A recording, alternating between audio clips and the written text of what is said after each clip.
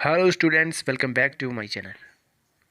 आज की इस वीडियो में हम करेंगे कक्षा 8 हिंदी की जो पुस्तक रहती है बसंत भाग 3। यह जो है NCERT बुक का जो है सिलेबस रहता है, जो कि जिसका नाम बताएं बसंत भाग 3। और इस चैप्टर के लेखक हैं प्रदीप तिवारी। प्रदीप तिवारी जी इसके जो है लेखक हैं, और चैप्टर का नाम है 11 जब सिनेमा ने बोलना सीखा। ये हम आज जो इसको पढ़ेंगे समझेंगे और जानेंगे। तो चलिए शुरू करते हैं वीडियो को। Let's begin. जब सिनेमा ने बोलना सीखा। सिनेमा का अर्थ क्या है? सिनेमा जिसमें कि फिल्में बनाई जाती है, एक ऐसी इंडस्ट्री है जिसमें कि फिल्में बनाई जाती है और फिल्मों से संबंधित जो काम किए जाते हैं उसको जो है सिनेमा कहा जाता है। जैसे कि अलग अलग सिनेमा हो गया आजकल, जैसे कि कोई बॉलीवुड हो गया, बॉलीवुड सिनेमा हो गया, हॉलीवुड हो गया, टॉलीवुड हो गया, ये तमाम जो है सिनेमा के जो है प्रकार है। इसकी यहाँ पे बात हो रही है कि जब इसने जो बोलना सीखा तो क्या क्या परिवर्तन हुए इंडस्ट्रीज़ में, क्या क्या बदलाव हुए और क्या क्या विकास हुआ। तो चलिए शुरू करते हैं। बेसभी सजीव है, सजीव यानी कि जीवित, सांस ले रही हैं, 100% बोल रही हैं। 78 मुर्दा इंसान जिंदा हो गए, उनको बोलते बातें करते देखा। देश की पहली सवाक बोलती फिल्म आलम आरा के पोस्टर पर जो विज्ञान की ये पंक्तियाँ लिखी हुई थी। तो पहला क्वेश्चन यहाँ पे ये कॉम्पिटेटिव एग्ज़ाम की दृष्टि से बहुत इंपॉर्टेंट क्वेश्चन बन सकता है कि जो पहली जो है बोलने वाली जो फिल्म थी वो कौन सी थी। तो फिल्म का नाम है आलम आरा। ये विशेष ध्यान रखें, ये क्वेश्चन वेरी वेरी इंपॉर्टेंट है। और सवा का अर्थ होता है बोलती हुई, ठीक है, बोलने वाली जो है मूवी। इससे पहले जो भी मूवी बनती थी या फिल्म बनती थी वो कैसी होती थी? मूक होती थी, जिसमें कि बोलचाल नहीं होता था। ये भारतीय सिनेमा जगत की मैं बात कर रहा हूँ, इसमें ऐसा होता था। लेकिन अन्य जो सिनेमा होते थे वहाँ पे जो है बोलती हुई फिल्में बनती थी। लेकिन पहली जो बनने वाली फिल्म थी भारत में वो थी आलम आरा, देश की पहली सवा यानी कि बोलती हुई फिल्म। 14 मार्च 1931 का वह ऐतिहासिक तारीख भारतीय सिनेमा में बड़े बदलाव का दिन था। ये डेट याद रखनी है, 14 मार्च 1931 का ऐतिहासिक तारीख जो है भारतीय सिनेमा में बड़े बदलाव यानी कि परिवर्तन का दिन था। क्योंकि इससे पहले कैसी मूवी होती थी? जो कि मूक होती थी, जिसमें साउंड नहीं होता था, साइलेंट होती थी। इसी दिन पहली बार भारत के सिनेमा ने बोलना सीखा। हालांकि वह दौर ऐसा था जब मूक सिनेमा लोकप्रियता के शिखर पर था। पहली बोलती फिल्म जिस साल प्रदर्शित हुई उसी साल कई मूक फिल्में भी विभिन्न भाषाओं में बनी। जिस समय क्या हुआ, जिस समय सिनेमा ने बोलना यानी पहली जो मूवी बनी, तो उसके बाद क्या हो गया, ये इतनी लोकप्रियता पकड़ी इसने कि शिखर तक पहुंच गई यह सिनेमा जगत भारतीय। और पहली बोलती फिल्म जिस साल जो उसका प्रदर्शन हुआ या प्रदर्शित हुई उसी साल क्या हुआ, कई मूक फिल्में विभिन्न अलग अलग भाषाओं में बनने लगी या बनी। मगर बोलती फिल्मों का नया दौर शुरू हो गया था इस मूवी के साथ। तो ये आप यहाँ पे चित्र देख सकते हैं कि यहाँ पे आप क्या दिख रहा होगा। तो ये है, यहाँ पे कैमरा दिख रहा है और ये रील्स दिख रही है। इस मतलब कि आ, ये इस बात को दर्शाता है कि फिल्म जगत के बारे में यहाँ पे दर्शाने की बात हो रही। ठीक, चलिए चलते हैं आगे। पहली बोलती फिल्म आलम आरा, बनाने वाले फिल्मकार थे अर्देशिर एम ईरानी। वेरी इंपॉर्टेंट, ये नाम याद रखना है। क्या नाम था? अर्देशिर एम ईरानी। अर्देशिर ने 1929 में हॉलीवुड की एक बोलती फिल्म जिसका नाम था शो बोट। हॉलीवुड जो कि अंग्रेजी मूवीज़ होती हैं, जो कि हॉलीवुड में आज की डेट में इंग्लिश मूवीज़, विदेशी मूवीज़, उसकी बात हो रही है यहाँ पे। हॉलीवुड की एक बोलती फिल्म शो बोट जिसका नाम था, देखी किसने?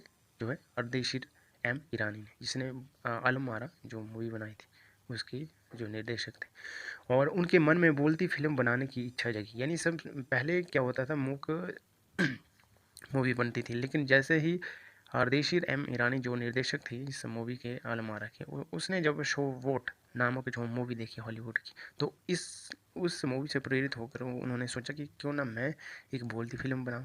क्योंकि हॉलीवुड की जो मूवी होती थी वो बोलती फिल्में होती थी, लेकिन भारतीय सिनेमा जगत की पहली जो मूवी थी आलम आरा, और वो बोलती हुई यहाँ पे प्रदर्शित की गई है और बोलती हुई बनाई गई। उससे प्रेरणा ली थी इन्होंने अर्देशीर एम ईरानी ने। पारसी रंगमंच के एक लोकप्रिय नाटककार को आधार बनाकर उन्होंने अपनी फिल्म की पटकथा बनाई, यानी स्टोरी लाइन बनाई उन्होंने। इस नायिका किसको आधार बनाकर, पारसी रंगमंच को के एक लोकप्रिय नाटक को उन्होंने आधार बनाया था। इस नाटक के कई गाने ज्यों के त्यों फिल्म में लिए गए। एक इंटरव्यू में अर्देशीर ने उस वक्त कहा था, क्या कहा था, हमारे पास कोई संवाद लेखक नहीं था। संवाद क्या होता है, जो कि वार्तालाप होता है, यानी कि जो सीन्स में जो बातें की जाती है, संवाद होते हैं, उसके बारे में कह रहे हैं कि लेखक उसमें नहीं था कि क्या बात करनी है क्या नहीं। उसमें जो डायलॉग्स होते थे उसके बारे में भी एक लेखक का होना बहुत ज़रूरी था, लेकिन उसमें नहीं थी। गीतकार नहीं था और संगीतकार भी नहीं था, गीत गाने वाला भी नहीं था, संगीतकार भी नहीं था। इन सब की शुरुआत होनी थी। अर्देशीर ने फिल्म के गानों के लिए स्वयं की धुनें चुनी। उन्होंने क्या किया, ये सब तो थे नहीं, तो उन्होंने स्वयं ही अपनी धुन जो बनाई वहाँ पे उस फिल्म में, इसमें आलम आरा में। फिल्म के संगीत में महज तीन वाद्य यंत्र जो बजाए जाते हैं संगीत में, जैसे कि तबला हो गया, हारमोनियम हो गया और वायलिन का इस्तेमाल किया इस फिल्म में उन्होंने। आलम आरा में संगीतकार या गीतकार में स्वतंत्र रूप से किसी का नाम नहीं डाला गया। इस फिल्म में पहले पार्श्व गायक बने WM खान। पहला गाना था, क्या नाम था, वेरी इंपॉर्टेंट लाइन है ये, दे दे खुदा के नाम पर प्यारी। ये वेरी इंपॉर्टेंट है, कॉम्पिटिटिव एग्ज़ाम में भी पूछी जा सकती है यह, जो वन लाइनर क्वेश्चनों में, बड़ी बड़ी परीक्षाओं में भी आ सकती है ये क्वेश्चन, ये आ सकते हैं। अगर देने की ताकत है, आलम आरा का संगीत उस समय डिस्क फॉर्म में रिकॉर्ड नहीं किया जा सका। फिल्म की शूटिंग शुरू हुई तो साउंड के कारण ही इसकी शूटिंग रात में करनी पड़ी थी। मूक युग की अधिकतर फिल्मों को दिन के प्रकाश में शूट कर लिया जाता था। यानी कि जो मूक होती थी, जो जिसमें कोई साउंड नहीं होता था और चलचित्र ही होते थे, उसको ऐसी फिल्मों को दिन के प्रकाश में ही शूट किया जाता था, यानी कि बनाया जाता था। लेकिन मगर आलम आरा की शूटिंग रात में होने के कारण इसमें कृत्रिम प्रकाश व्यवस्था करनी पड़ी, यानी कि कृत्रिम जो कि बनावटी प्रकाश की व्यवस्था यहाँ पे हुई। यहीं से प्रकाश प्रणाली बनी जो आगे फिल्म निर्माण का ज़रूरी हिस्सा बनी। अब यहाँ पे बदलाव क्या हुआ कि पहले तो जो मूवियाँ थी दिन में बनती थी, जैसे मूक मूवीज़। अब यहाँ पे नई युग की शुरुआत हुई थी, यानी कि नई खोज हुई थी जिस कारण जो मूवीज़ दिन में बनती थी वो रात में भी बनने लगी, और उनमें लाइटें यानी कि कृत्रिम प्रकाश की व्यवस्था भी कर दी गई। ऐसी फैसिलिटीज़ वहाँ पर लाई गई। आगे है, आलम आरा ने भविष्य के कई स्टार और तकनीशियन तो दिए ही, अर्देशीर की कंपनी तक ने भारतीय सिनेमा के लिए 150 से अधिक मूक और लगभग 100 सवाक फिल्में बनाई। Alam Ara film Arabian nights जैसी फैंटेसी थी। फिल्म ने हिंदी उर्दू के मेलवानी हिंदुस्तानी भाषा को लोकप्रिय बनाया। इस समय गीत संगीत तथा नृत्य के अनोखे संयोजन थे। तो यहाँ पे आप ये देख सकते हैं कि आलम आरा का ये जो है आलम आरा मूवी का जो पोस्टर है इस तरह का, उसमें जब वो यहाँ पे ये सारा क्या है, आलम आरा का जो है मूवी का पोस्टर था, उसमें जब ये रिलीज़ हुई थी उसमें क्या बात है। नेक्स्ट पेज के ऊपर चलते हैं। नायिका जुवेदा थी। नायिका का क्या नाम है, जुवेदा। ये भी इम्पोर्टेंट रहता है लाइन। नायक थे विट्ठल। नायक और नायिका वेरी इंपॉर्टेंट है, ये ध्यान रखना है इस बात को। क्या नाम था? जुवेदा और विट्ठल। नायक यानी कि नायिका थी हीरोइन, और नायक था जो कि हीरो था विट्ठल। वे उस दौर के सर्वाधिक पारिश्रमिक पाने वाले स्टार थे। उनके चयन को लेकर भी एक किस्सा काफ़ी चर्चित है। विट्ठल को उर्दू बोलने में मुश्किल आती थी। पहले उनका बतौर नायक चयन किया गया, मगर इसी कमी के कारण उन्हें हटाकर उनकी जगह महबूब को नायक बना दिया गया। विट्ठल नाराज़ हो गए और अपना हक पाने के लिए उन्होंने मुकदमा कर लिया। किसकी जगह किसको मिली?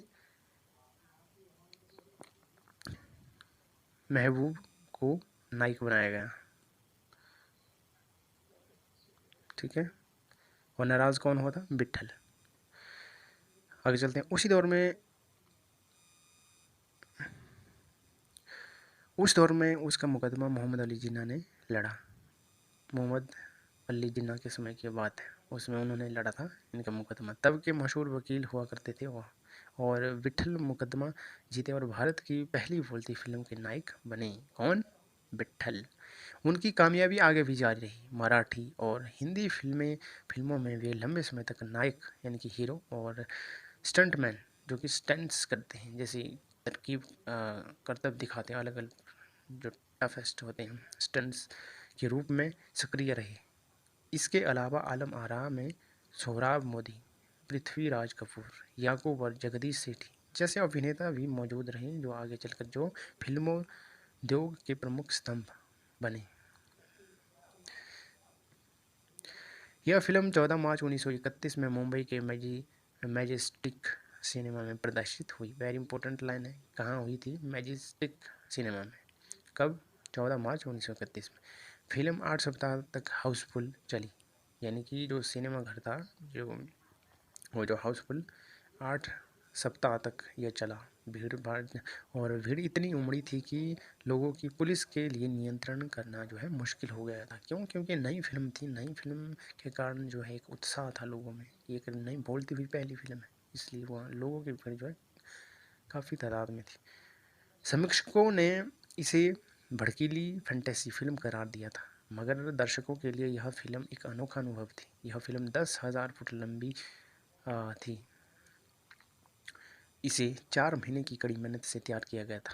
सवाक फिल्मों के लिए पौराणिक कथाओं यानी पौराणिक जो हमारी पुरानी जो कथाएं हैं, कहानियां हैं, पारसी रंगमंच के नाटकों, अरबी प्रेम कथाओं को विषय के रूप में चुना गया था।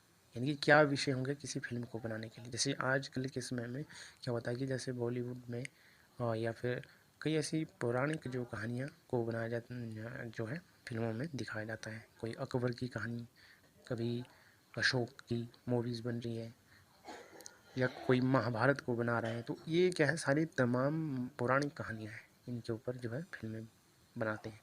इसके अलावा कई सामाजिक विषय वाली फिल्में भी बनी हैं। ऐसे ही एक फिल्म थी खुदा की शान। सामाजिक विषय वाली कौन सी फिल्म बताई? खुदा की शान। इसमें एक किरदार महात्मा गांधी जैसा था। इसके कारण सवाक सिनेमा की ब्रिटिश प्रशासकों की तीखी नज़र का सामना करना पड़ा। सवाक सिनेमा नए दौर की शुरुआत कराने वाले निर्माता जो बनाने वाले फिल्म होते हैं, निर्देशक जो डायरेक्शन देते हैं, आर्देशिर इतने विनम्र थे कि 1956 में आलम आरा के प्रदर्शन के 25 वर्ष पूरे होने पर उन्हें सम्मानित किया गया। कितने? 25 वर्ष होने पर उन्हें सम्मानित। इतनी फेमस थी वो मूवी उसमें, और उन्हें भारतीय सवाक फिल्मों का पिता कहा जाने लगा। क्यों कहा जाने लगा पिता? सवाक जो कि बोलती हुई फिल्म का, क्योंकि पहली फिल्म थी आलम आरा, इसलिए। आगे चलते हैं नेक्स्ट पेज के ऊपर। कहा गया तो उन्होंने उस मौके पर कहा था, मुझे इतना बड़ा खिताब देने की ज़रूरत नहीं। जो डायरेक्टर था, जो फिल्म का निर्माता था, उन्होंने बोला मुझे इतने बड़े खिताब देने की कोई ज़रूरत नहीं। मैंने तो देश के लिए अपने, उनकी जो है विचार थे, उन्होंने अपने विचार व्यक्त किए और कह रहे हैं कि मैंने तो देश के लिए अपने हिस्से का ज़रूरी योगदान दिया है। जब पहली बार सिनेमा ने बोलना सीख लिया, सिनेमा में काम करने के लिए पढ़े लिखे अभिनेता अभिनेत्री यानी कि हीरो और हीरोइन की ज़रूरत भी शुरू हुई, क्योंकि अब संवाद भी बोलने थे। संवाद यानी कि जो बोलचाल के जो डायलॉग्स होते हैं, जो बातें होती हैं, वो संवाद के अंतर्गत आते हैं। और जो संवाद भी बोलने थे। सिर्फ अभिनय से काम नहीं चलेगा, सिर्फ यानी कि जो एक्टिंग करने से ही काम नहीं चलेगा, उससे पहले संवाद नहीं होते थे। जैसे कि मैंने पहले बताया, संवाद यानी कि बोलचाल, बोलती हुई मूवी अब ये बनने लगी। और तब उन्होंने कहा कि अब सिर्फ अभिनय करने से ही काम नहीं चलेगा, एक्टिंग करने से ही काम नहीं चलेगा, बल्कि इसके साथ साथ संवाद बोलना भी सीखना होगा। और मूक फिल्मों के दौर में तो पहलवान जैसे शरीर वाले, स्टंट करने वाले और उछल कूद करने वाले अभिनेताओं से काम चल जाया करता था। लेकिन अब थोड़ा बोलना भी पड़ेगा, और अब उन्हें संवाद बोलना था। और गायन की प्रतिभा की कदर भी होने लगी थी, और उसमें गाना भी नहीं होता था, अब गाने को भी शामिल किया जाने लगा मूवी में। इसलिए आलम आरा के बाद आरंभिक संवाद दौर की फिल्मों में कई गायक अभिनेता बड़े पर्दे पर नजर आने लगे। हिंदी उर्दू भाषाओं का महत्व बढ़ा। सिनेमा में देह और तकनीक की भाषा की जगह जन प्रचलित बोलचाल की भाषाओं का दाखिला हुआ। सिनेमा ज़्यादा देसी हुआ। इस तरह की नई आज़ादी थी जिससे आगे चलकर हमारे दैनिक और सार्वजनिक जीवन का प्रतिबिंब फिल्मों में बेहतर होकर उभरने लगा। अभिनेताओं अभिनेत्रियों की लोकप्रियता का असर उस दौर के दर्शकों पर भी खूब पड़ रहा था। माधुरी नाम की फिल्म ने नायिका सुलोचना की हेयर स्टाइल उस दौर में औरतों में लोकप्रिय थी। अब स्वाभाविक बात है, कोई मूवी आज की दौर में भी जब बनती है तो क्या होता है, जैसे कोई अभिनेता है या अभिनेत्री है, हीरो है या हीरोइन है, कोई जो लुक चेंज करता है अपना, तो उससे प्रभावित होकर जो उनके जो फैन होते हैं वो भी अपने आप को उसी अनुरूप जो ढालने का प्रयत्न करते हैं। तो हुआ भी उसमें ऐसा ही, यानी हेयर स्टाइल दौर में औरतों में लोकप्रिय होने लगी अब धीरे धीरे जो है नायक अभिनेता और अभिनेत्रियों के साथ साथ लोगों में भी ये असर देखने को मिला। औरतें अपनी केश सज्जा उसी तरह कर रही थी। हरदेशीर ईरानी की फिल्म ने भारतीय के अलावा ईरानी कलाकारों ने भी अभिनय इसमें किया था। स्वयं आलम आरा भारत के अलावा श्रीलंका, बर्मा, पश्चिम एशिया में पसंद की गई। आज भी कोई मूवीज़ अगर इंडिया में जो बनती है, यानी कि भारतीय सिनेमा में बनती है, तो उसे विदेशों में भी जो है देखा जाता है डबिंग करके। और जैसे कि कोई 3 इडियट मूवी हो गई, वो मूवी बहुत खूब चली, ऐसे एग्जाम्पल के लिए। उसी तरह यहाँ पे देखो, श्रीलंका, बर्मा और पश्चिम एशिया में भी अब खूब पसंद की जाने लगी। भारतीय सिनेमा के जनक फाल्के को स्लोवाक सिनेमा के जनक अर्देशिर ईरानी की उपलब्धि को अपनाना ही था, क्योंकि वहाँ से सिनेमा का एक नया युग शुरू हो गया। तो ये था चैप्टर जो कि कंप्लीट हो चुका है। प्रदीप तिवारी जी जिसके लेखक रहते हैं, और बहुत ही इंटरेस्टिंग चैप्टर था यहाँ। और इसके बाद इसके जो यहाँ पे क्वेश्चन है पार्ट से, जब पहली बोलती फिल्म, पहला क्वेश्चन है, जब पहली बोलती फिल्म प्रदर्शित हुई तो उसके पोस्टर पर कौन से वाक्य छापे गए? उस फिल्म के कितने चेहरे थे? वेरी इंपॉर्टेंट क्वेश्चन है, आप इसे पढ़ सकते हैं, याद कर सकते हैं। अगर चैप्टर ध्यान से पढ़ा होगा तो समझ आएगा। सेकंड क्वेश्चन है, पहला बोलता सिनेमा बनाने के लिए फिल्मकार अर्देशीर एम ईरानी को प्रेरणा कहाँ से मिली? उन्होंने कौन आलम आरा फिल्म के लिए आधार कहाँ से लिया? विचार व्यक्त कीजिए। तो क्या बताया था मैंने कि एक अंग्रेजी फिल्म देखी थी उन्होंने, वहाँ से जो है उन्हें प्रेरणा मिली थी, ठीक। और तब जाके उन्होंने आलम आरा में पहली बार जो बोलने वाली मूवी बनाई थी। नेक्स्ट है, बिठल का चयन आलम आरा फिल्म के नायक के रूप में हुआ, लेकिन उन्हें हटाया क्यों गया? बिठल ने पुनः नायक होने के लिए क्या किया? विचार प्रकट कीजिए। उन्होंने पुनः नायक होने के लिए क्या किया? केस लड़ा उन्होंने, और वो बाद में जीत गए थे, ठीक। कौन? बिठल। नेक्स्ट क्वेश्चन है, अंतिम क्वेश्चन, पहली स्वाग फिल्म के निर्माता निर्देशक अर्देशीर को जब सम्मानित किया गया तब सम्मानकर्ताओं ने उनके लिए क्या कहा था? अर्देशीर ने क्या कहा और इस प्रसंग में लेखक ने क्या टिप्पणी की है? तो जो जो भी बातें कही हैं किसने? अर्देशीर ने। और निर्माताओं जो मूवी को बनाने वाला था, उन्होंने, डायरेक्टर था जो, जब सम्मानित उन्हें किया गया तो सम्मानकर्ताओं के लिए उन्होंने अपने क्या क्या विचार रखे थे, और साथ ही अर्देशीर ने क्या कहा था इस फिल्म के बारे में? तो ये सारी बातें आपने इसमें शामिल करनी है इस क्वेश्चन में।